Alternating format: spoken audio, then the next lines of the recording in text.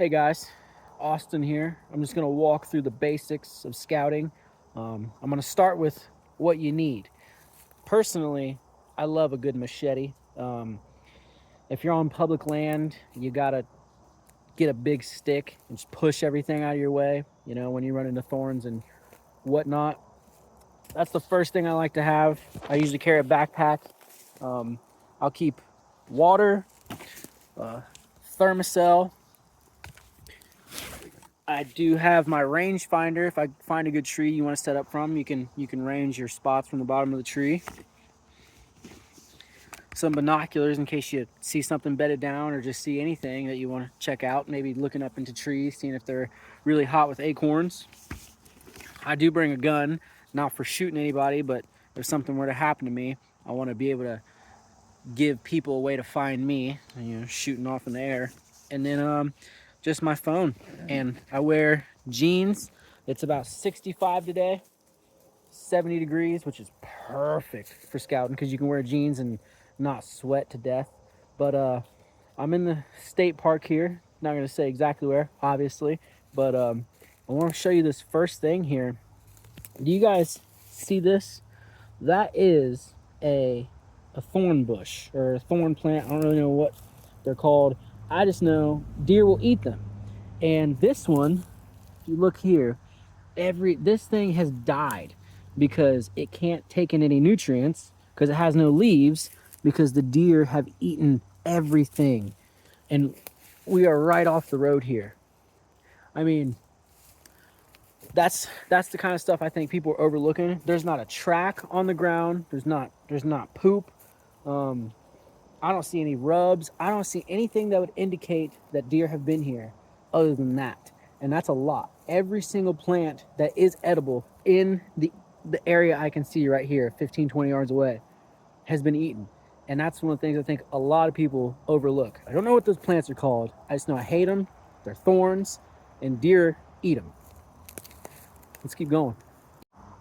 The key difference between white oak and red oak acorns, for those of you who know how much more important white oak acorns are in the early season than in the late season, is these are all rounded at the tips.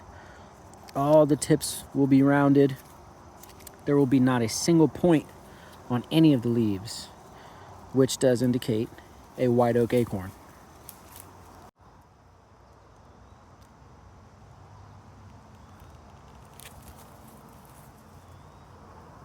See, look at this. This is telltale deer are eating me sign. These nubs, that's what a deer leaves. This thing should be, 4 or 5 feet. It could get up to 4 or 5 feet tall. Should be at least 3 feet. And it is approximately, let's say, a foot tall. And one of the things you want to take note of, that's why I bring those binoculars, how many acorns are these white oaks producing? Obviously, these are big acorn trees, but are they actually producing? Take your binoculars, look up there. If you see a whole bunch of those fuzzy balls, this is probably going to be a hot spot come season. I found a heavy trail here.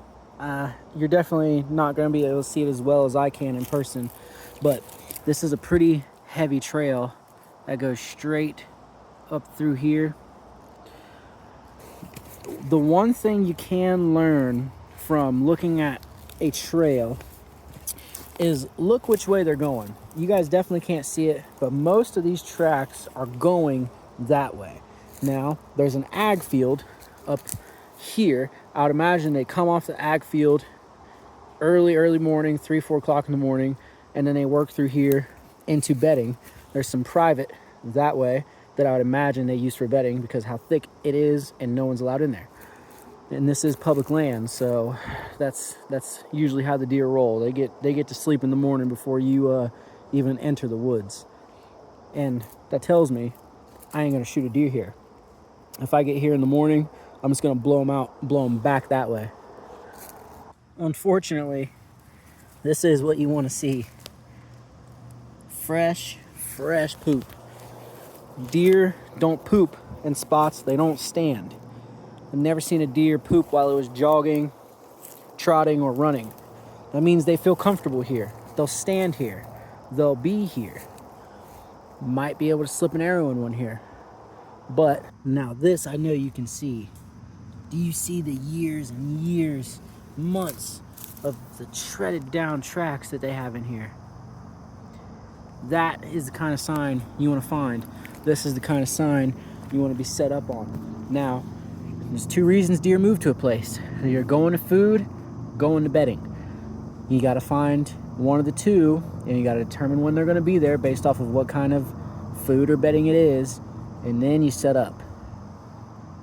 One thing I think a lot of people don't talk about is when you go to scout a place, obviously you've looked at it on the maps and you've got a good idea of how you think the deer would move. Well, if it's public land, how many other people you think thought the exact same thing? You got to think a little bit outside the box and know sign always trumps what you think. This spot that I'm standing in right now, never would have thought I'd be able to set up here and shoot a deer, but I think I could definitely come back here and poke a doe. I'm going to mark this on my Google Maps, and then we're going to move on. Okay, I found something that I've been waiting to talk about. I mean, didn't think I'd run into it today.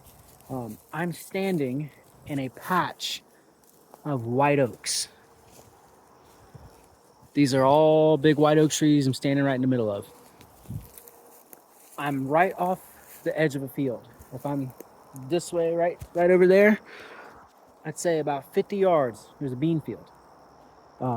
In the evening, if you find a patch of white oaks in the woods right next to the bean field, the bucks and the older, smarter does, they'll stage up in those oaks until it is dark or right at dark.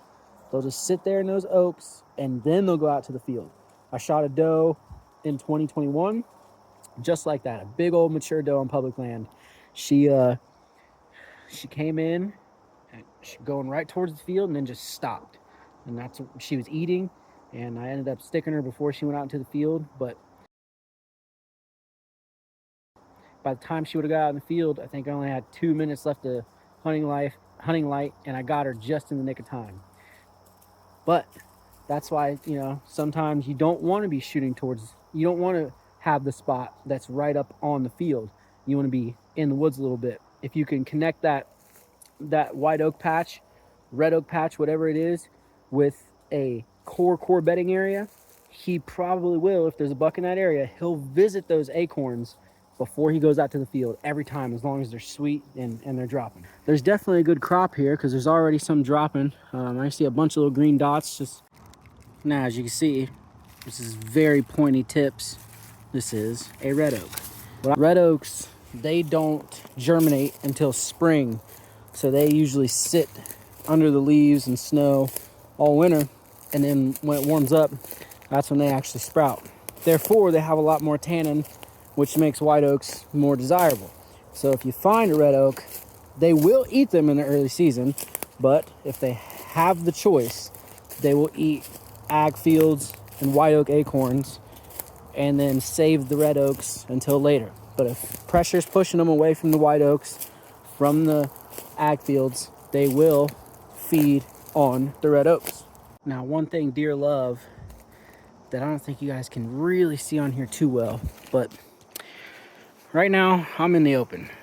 I am in the open. Soon, I came from that way. It's pretty open all through there. Right here, it is thick. Right where I'm pointing the tip of this right here, all that back there, I mean, it is thick. That's the kind of terrain that deer feel comfortable in. They want to be able to see, but also have an escape. They'll walk on the edge of these a lot of times. And you'd be surprised how much sign you'll find right on the edge in between terrain habitats. Out in the open, not too much. In the middle of the thick stuff, you'll find a bunch of sign, and on the edge of it. But they have to be very comfortable to be out in the open to find sign out here. I'm not seeing any leaves. See, like, look, this is what those plants are supposed to look like back there. The ones that are eaten to nothing, but they're not here eating it. Why? It's because I'm 20 yards away from the thicket, 25 yards away from the thicket. They want to be right up there. I bet if I go over there, walk the edge of it, I will find a whole bunch more of those thorns eaten to nothing. Now look at this. Do you guys see that? That is most certainly a deer bed. One thing that I always do when I find one is you get in it and look where you can see. See, it's right on the edge of this thick. Right there's the thick.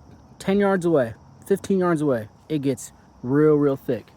Right there, 15 yards away, it gets real thick. From here all over there, it's real open. You can see all of it, every bit of it. And also, you can see from here all over there for a good 60, 70 yards. If there's a deer bedded here, you're gonna have a real hard time setting up on it unless you know that it's here from scouting and you pick out a tree and you can try to determine which way it's gonna leave from its bed and try to stick an arrow in it. This is good stuff. I just wanna let you know, scouting isn't all sunshine and rainbows. Sometimes it's crawling through tunnels in deer bedding that you literally, have to crawl through. Just a quick summary of scouting in general. I think, really take sign as what it is. That is where the deer are. That's number one. Number two, know that not every time you go, you're gonna find a good spot. Actually, that's gonna be the more rare of the situation. Is most of the time you're gonna go, you're gonna walk a lot, you're gonna get really hot, you're gonna get poked, you're gonna bleed, you're gonna get frustrated, and you're not gonna find anything. But you can't just be a good hunter. You become a good hunter, and it takes a lot of time, a lot of practice, a lot of knowledge, and a lot of want to be that. But it's possible, it's attainable, everyone can do it. I think it is, it's in all of us.